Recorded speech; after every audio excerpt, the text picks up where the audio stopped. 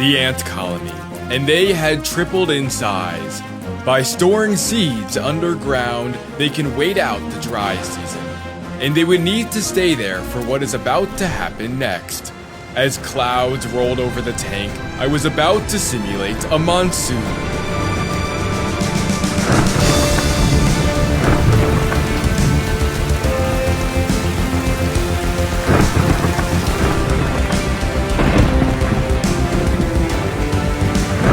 The tank began to flood. And as the water level rose, life had to seek higher ground.